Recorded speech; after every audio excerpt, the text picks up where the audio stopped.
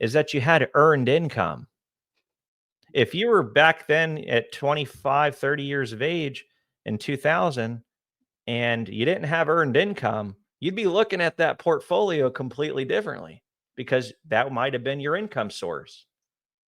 So that's where the dilemma is today is people are retiring their earned income and they don't know what to do. And when the markets go down, they associate that with their income, you know, their income, their future income, and their current income. And they're scared to lose that because then they have to adjust their lifestyle. They have to spend less. They have to downsize and all these other bad things. But if you can replace that income, the earned income with guaranteed income, think about what that does. It makes it to where you are no longer fearful.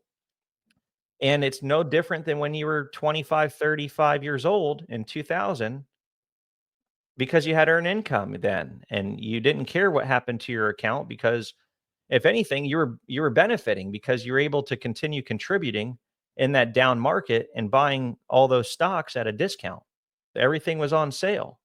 So in other words, what I'm trying to say here is like if you can figure out the income and associate it no different than your earned income and have it guaranteed contractually, the benefits and the power and the peace of mind and the optimizations that occur are truly unmatched. I say it all the time. There's no other more powerful tool in retirement than guaranteed income. Guaranteed incomes from there's three sources out there in the world. Pensions, which less than 14% of private sector employees have today. Social Security still considered a guaranteed income stream, and then income annuities. That's the third one. So um, I know I talked a lot there, so I apologize, but I'm No, really no, you're good. about I helping mean, people with this problem because when you hear it all the time, like I do from the people, it's the same song and dance. And then you get frustrated because it's like these poor people are going through this crap because of our culture. Our culture teaches us to use the stock market for growth, but no one talks about how to use anything else for income and retirement. And we want to change that, and then we are changing that, and that's really the primary purpose of this podcast.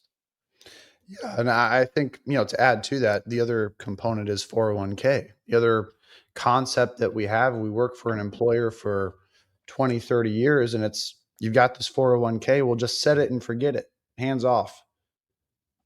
But when it gets to Exactly. that retirement planning, keyword there, planning, plan, time has to be put into that planning process and what that picture looks like. We've got to plan for the future and what's to come and how that picture looks. Thank God for us and having this podcast and this free information. By the way, hit that like and subscribe. Yeah, and I'm really, But um, I'm really enjoying doing this podcast. I'm sure you are too, Zach, yeah, because it's allowing us, it's giving us a platform to express the way we feel about these things, and also being able to share the education and the knowledge, and also the real life experiences that we have in working in this subject matter.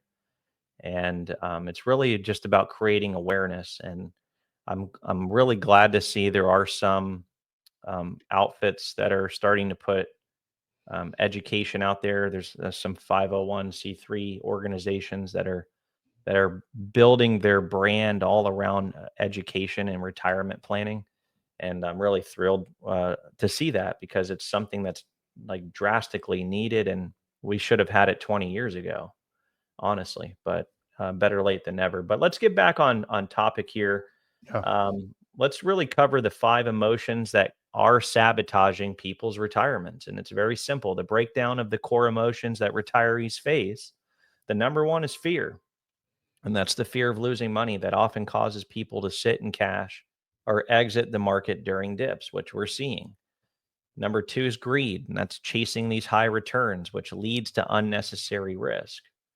Number three is regret, looking back and saying, I should have. And that clouds the current decisions that they need to make.